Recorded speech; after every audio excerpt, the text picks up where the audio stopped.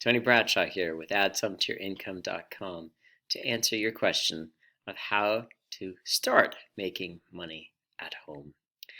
I hope to prime the pump to get you thinking of how you're going to be making money from home by sharing with you some stories I read in a book about the Great Depression and how people made money at that time.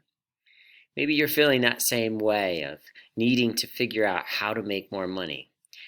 Back at that time where it was really barely everyone was getting by. The phrase was often used to use it up, wear it out, make it do, or do without.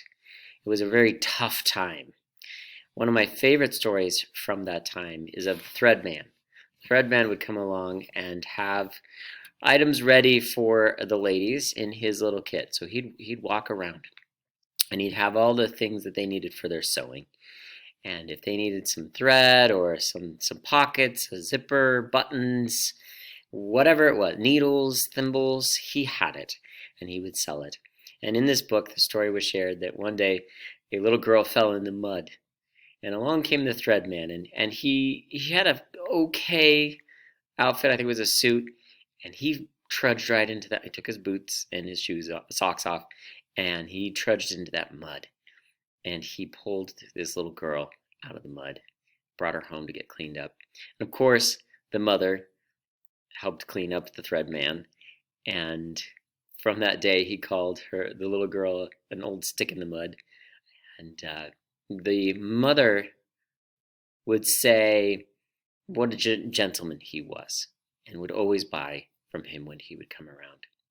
And that's, for me, a lesson on it's not just about the salesmanship, it's about being human and being willing to take your shoes off and your socks off, go trudge in the mud, help a little kid that's stuck.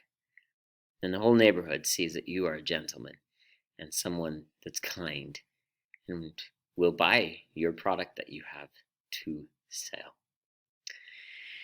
There are a lot of deals talked about in this book. And again, moving from example to example, I'm hoping it will prime your thinking. That's what you really need, is like think about what it is you could do that you could sell from home that's going to start making you money. And another example to share is had someone named Marilyn who was baking goods at home, right?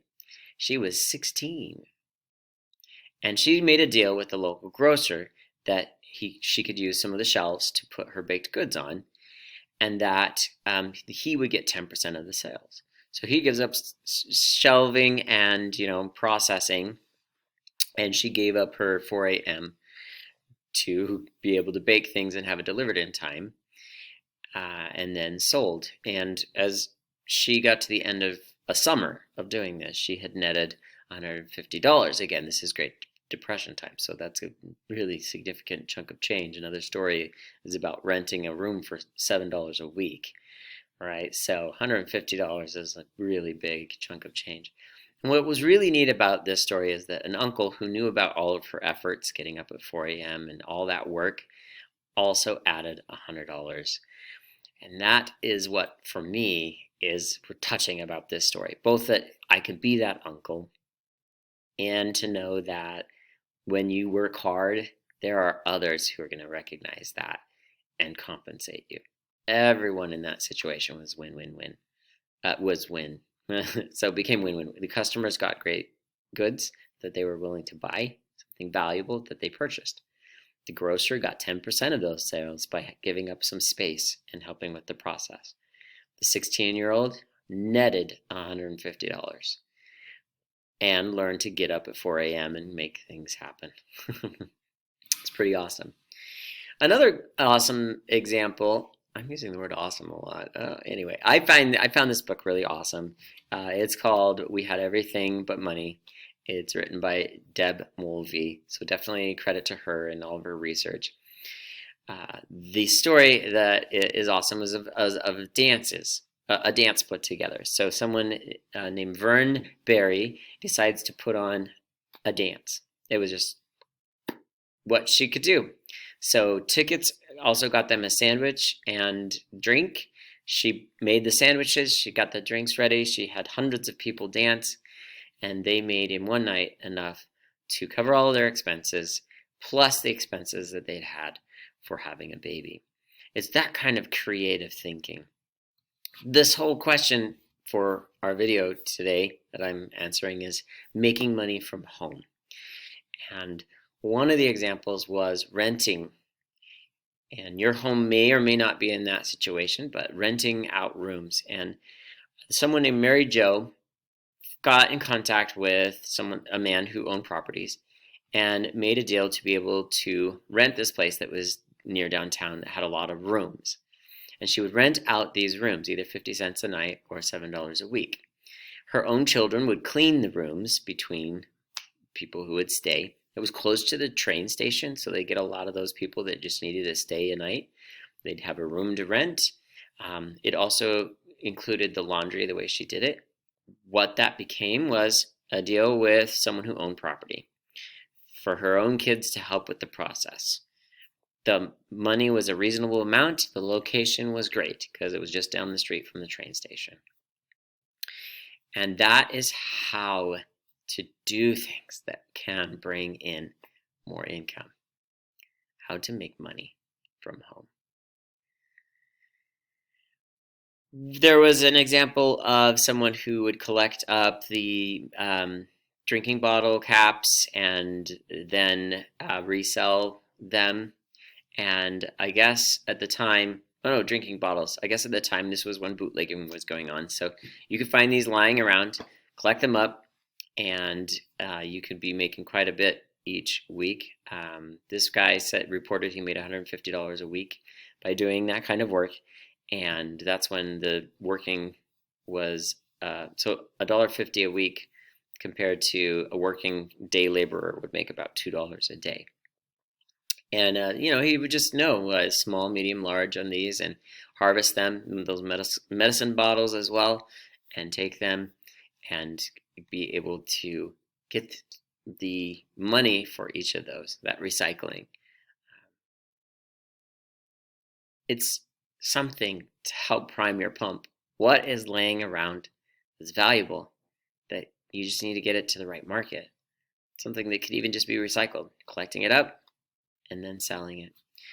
Or what is it that you can do? Someone named Cecil Cowdery would go in and paint murals in homes for $3 or $5. And you start to get known for that, you offer that service, and off you go, and you're able to make that happen. Let's see who I haven't covered yet. Oh, the Cecil Cowdery, who was doing the murals. She ended up getting a bag of groceries dropped off at her place, and she thought the grocer made a mistake, and she took it back to the grocer. The grocer was like, "Didn't you look in the bags?" And she's like, "No, it's not my stuff." And so he says, "Look in the bag," and there's a note, and it says, "I really admire your quiet willingness to do anything that's decent and honest to take care of your family. So with a compliment, please accept this small gift." And so she, the grocer, of course, was like, I had to keep her identity a secret. She wanted it to be anonymous. And that random acts of kindness will come to you when you are doing things and making things work.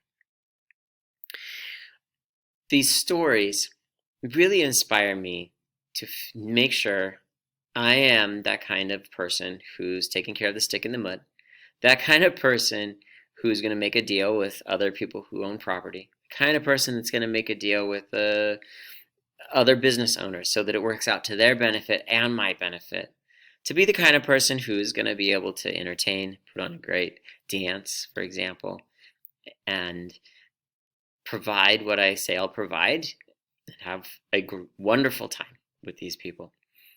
You, I hope, have gotten your ideas primed for what you can do that's going to make you money from home.